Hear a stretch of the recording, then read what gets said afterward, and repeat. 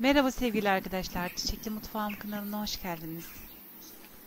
Soğuk algınlığı ve öksürük üzerinde süper etkileri olan zencefilli, bol limonlu ve ballı bir çay yaptım arkadaşlar size.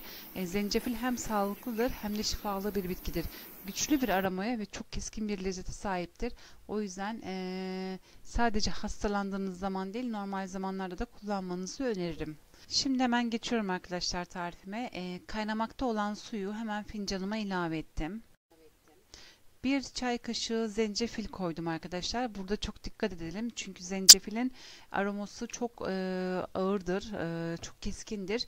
Çok fazla koyarsak bu sefer de çayımız çok acı olur.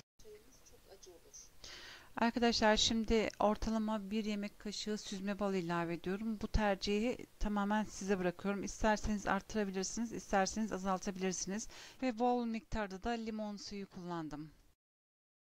Bunu da tamamen sizin tercihinize bırakıyorum. Artık çayımız olmuştur.